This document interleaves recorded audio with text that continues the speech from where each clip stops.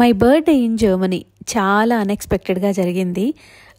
అసలు ఒక రోజు ముందు వరకు కూడా రేపు నా బర్త్డే ఉంది అనే సంగతే నాకు గుర్తురాలేదు. అంటిల్ మా నైబర్స్ నాకు కాల్ చేసి, హాయ్ నీర్జా, రేపు నీ బర్త్డే ఉంది కదా, వి విల్ గో అవుట్ అని చెప్పేంత వరకు కూడా అఫ్ కోర్స్ ఐ నో నా బర్త్డే జూలై 18th ఉందని చెప్పి, బట్ అగైన్ ఐ ఫర్గెట్, నేను మళ్ళీ మర్చిపోయాను అనమాట. కిడ్స్తో విషయాలు చాలా తొందరగా మర్చిపోతాం. సో అలానే మర్చిపోయాను. వాళ్ళు కాల్ చేసినప్పుడు అవును కదా రేపు నా బర్త్డే ఉంది కదా అనుకున్నాను అనమాట నాలో నేను.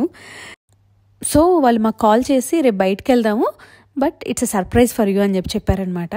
Of course it would be definitely a lunch, ఎందుకంటే మధ్యాహ్నం బయటకు వెళ్తున్నాం అంటే లంచ్కి వెళ్తాం ఆబ్వియస్గా. సో అలాగే ఇంకా మార్నింగ్ లేచి రెడీ అయ్యి బయటకు వచ్చామన్నమాట.